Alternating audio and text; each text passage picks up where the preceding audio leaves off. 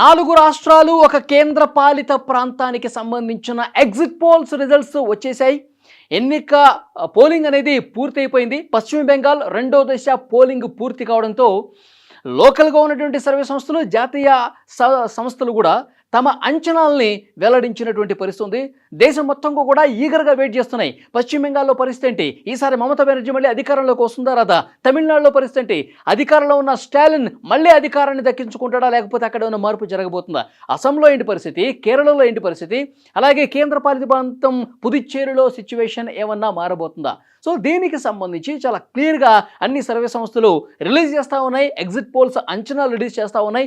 ఇక్కడ మీకు చూస్తున్నారు పీపుల్స్ పల్స్ సర్వే సంస్థ కూడా. గతంలో కూడా పీపుల్స్ పల్స్ సర్వే సంస్థ చాలా ఎగ్జాక్ట్గా, అంటే రియలిస్టిక్గా, వాస్తవ ఫలితాలకు దగ్గరగా ఎగ్జిట్ పోల్స్ అంచనాలు ఇచ్చినటువంటి పరిస్థితి గతంలో ఉంది. సో డెఫినెట్గా ఇప్పుడు కూడా వాళ్ళు గ్రౌండ్లోకి వెళ్ళి సర్వే చేసి ఆ ఫలితాలని ఎగ్జిట్ పోల్స్ రూపంలో ఇచ్చారు.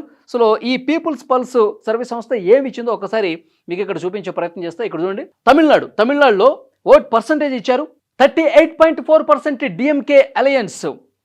సో డిఎంకే, కాంగ్రెస్, ఇతర పార్టీలతో కలిపి ఉన్నటువంటి ఈ కూటమి, అంటే ప్రస్తుతం స్టాలిన్ గారు ముఖ్యమంత్రిగా ఉన్నటువంటి ఈ డిఎంకే పార్టీ, కాంగ్రెస్, ఈ కూటమి 38.4% ఓటు షేర్ సాధించింది.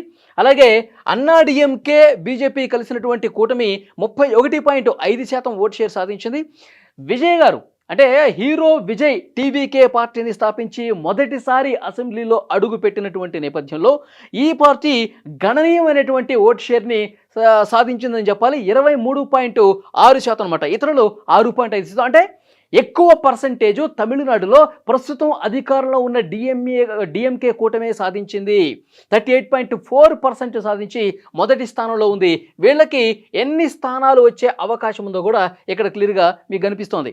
డిఎంకే 125 నుంచి 145. అంటే తమిళనాడులో 234 స్థానాలు ఉన్నాయి. అంటే 118 మ్యాజిక్ ఫిగర్ అక్కడ. ఇక్కడ చూడండి 125 నుంచి 145, అంటే మ్యాజిక్ ఫిగర్ను కూడా దాటి అధికారం కైవసం చేసుకోబోతుందని చెప్పి పీపుల్స్ పల్స్ సర్వే సంస్థ చెప్పింది. ఇక్కడ అన్నాడీఎంకే కేవలం 65 నుంచి 80 స్థానాలకు పరిమితమైంది.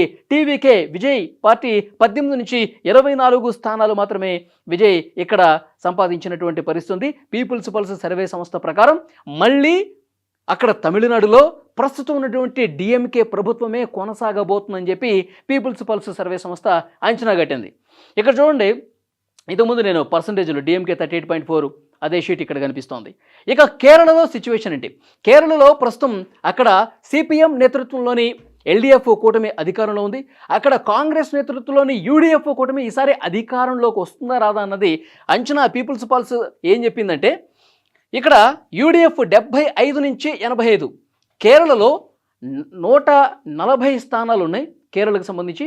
అంటే 71 స్థానాలు ఎవరైతే గెలుచుకుంటారో, ఏ కూటమి అయితే గెలుచుకుంటుందో వాళ్ళు అధికారంలోకి వచ్చే అవకాశం ఉంది. సో కాంగ్రెస్ నేతృత్వంలోని యూడీఎఫ్ కూటమి 75 నుంచి 85 స్థానాలు, ఎల్డీఎఫ్ కూటమి కేవలం 55 నుంచి 60, అంటే అధికారం కోల్పోతోంది ఎల్డీఎఫ్ కూటమి అని చెప్పి పీపుల్స్ పల్స్ సర్వే సంస్థ తెలియజేసింది. బీజేపీ నేతృత్వంలో ఉన్న కూటమి కేవలం 3 స్థానాలకి పరిమితమయ్యే అవకాశం ఉంది చెప్తున్నారు. సో డెఫినెట్గా కాంగ్రెస్ నేతృత్వంలోని యూడీఎఫ్ కూటమి కేరళలో అధికారం రాబోతోంది. పూర్తిగా అక్కడ ప్రభుత్వం మారబోతోంది. కాంగ్రెస్ అధికారం కైవసం చేసుకోబోతున్నది కూడా ఇక్కడ క్లియర్గా పీపుల్స్ పల్స్ సర్వే కేరళకు సంబంధించి కనిపిస్తోంది. ఇక్కడ చూడండి, అస్సాంలో పరిస్థితి ఏంటి? అస్సాంలో ప్రస్తుతం భారతీయ జనతా పార్టీ అధికారంలో ఉంది. అక్కడ ముఖ్యమంత్రిగా హిమంత బిశ్వ శర్మ ఉన్నారు. మరి అక్కడ భారతీయ జనతా పార్టీ తన అధికారాన్ని నిలబెట్టుకుంటుందా లేదా అన్నది కూడా ఒక్కసారి ఇక్కడ మనం చూద్దాం. పీపుల్స్ పల్స్ సర్వే సంస్థ ఎగ్జిట్ పోల్ ఏ విధంగా ఉందంటే, అస్సాంలో ఉన్న మొత్తం స్థానాలు 126. 126 అంటే 64 స్థానాలు అక్కడ మ్యాజిక్ ఫిగర్. 64 స్థానాలు ఎవరికైతే వస్తాయో సో వాళ్ళు అధికారం దక్కించుకుంటారనమాట. బీజేపీ 68 నుంచి 72, అంటే తన అధికారాన్ని పదిలపరుచుకుంది. అస్సాంలో 68 స్థానాల నుంచి 72 స్థానాల వరకు వస్తాయంటే మళ్ళీ అక్కడ బీజేపీ గవర్నమెంటే రాబోతుందని చెప్తున్నారు. సో కాంగ్రెస్ 22 నుంచి 26 మాత్రమే, ఏజీపీ 7 నుంచి 10 మాత్రమే, బీపీఎఫ్ 8 నుంచి 9 సీట్లు మాత్రమే. సో డెఫినెట్గా భారతీయ జనతా పార్టీ అస్సాంలో మళ్ళీ తన అధికారాన్ని కాపాడుకుందన్నది కూడా ఇక్కడ క్లియర్గా అర్థమవుతుంది. ఇది అస్సాంకి సంబంధించిన ఓటు పర్సంటేజ్. 38.6% మొదటి స్థానంలో భారతీయ జనతా పార్టీ ఉంది. ఎక్కువ ఓటు షేర్ను భారతీయ జనతా పార్టీ కైవసం చేసుకుంది. అస్సాం మళ్ళీ కూడా బీజేపీ అని ఇక్కడ క్లియర్గా అర్థమవుతుంది.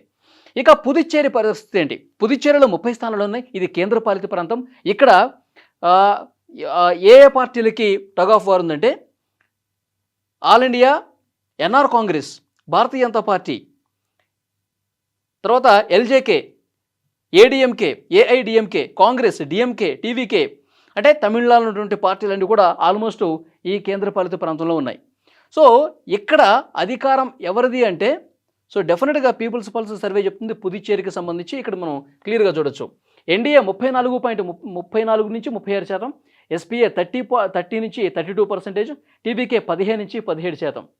అంటే సీట్లు కూడా ఎలా ఉండబోతున్నాయంటే భారతీయ జనతా పార్టీ 16 నుంచి, అంటే ఎన్డీఏ కూటమి 16 నుంచి 19, 15 స్థానాలు వస్తే అక్కడ మ్యాజిక్ ఫిగర్ 16. 30 స్థానాలు ఉంటే 16 ఎవరికైతే వస్తుందో పుదుచ్చేరిలో వాళ్ళ ప్రభుత్వం ఉంటుందన్నమాట. సో 16 నుంచి 19 ఎన్డీఏ కాబట్టి బీజేపీ నేతృత్వంలోని ఎన్డీఏ కూటమి అక్కడ అధికారంలోకి రాబోతుంది. కాంగ్రెస్ నేతృత్వంలో ఎస్పీఏ 10 నుంచి 12 స్థానాలకు మాత్రమే పరిమితం అవుతుందని చెప్తున్నారు. సో డెఫినెట్గా పుదుచ్చేరి కూడా అక్కడ ఎన్డీఏ కూటమి అధికారంలోకి వస్తుందని చాలా క్లియర్గా దీన్ని బట్టి అర్థమవుతోంది.